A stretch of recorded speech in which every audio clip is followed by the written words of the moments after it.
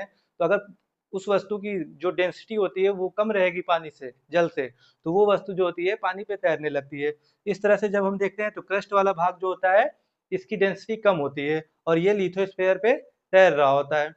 अब इस लिथोस्फीयर की जब हम बात करते हैं तो ये कैसी अवस्था में होता है? ये पिघली हुई अवस्था में होता है। जब आप देखेंगे कि ज्वालामुखी का उद्गार होता है तो तब तो तरल मैग्मा जो होता है ये धरातल पर आता है। तो ये जो तरल मैग्मा आपको धरातल पे देखने को मिलता है, ये इसी एस्थेनोस्फीयर का भाग होता है।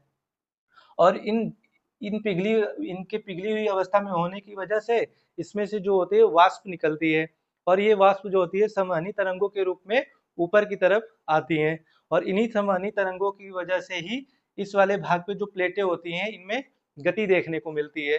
जब इनमें गति होती है तो ये प्लेटें जो होती हैं एक दूसरे से टकराती हैं या फिर ये एक दूसरे से विस्थापित हो जाती हैं या एक दूसरे की विपरीत दिशा में चली जाती हैं। तो इस तरह से आप देखेंगे कि धरातल पे नए नए संरचनाओं का या स्ट्रक्चर का निर्माण होता रहता है। तो इस तरह से आप देखेंगे हैरी हैस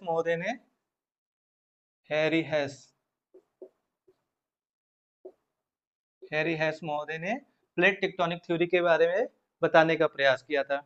तो इन्होंने क्या बताया था कि जो लिथोस्फीयर वाला भाग होता है वो स्टेनोस्फीयर पे तैर रहा होता है और इसके अंदर एक आप देखेंगे संवहनी तरंगे होती हैं जो धरातल पे ऊपर की तरफ आने का प्रयास करती हैं, जिनकी वजह से प्लेटों में गति आपको देखने को मिलती है।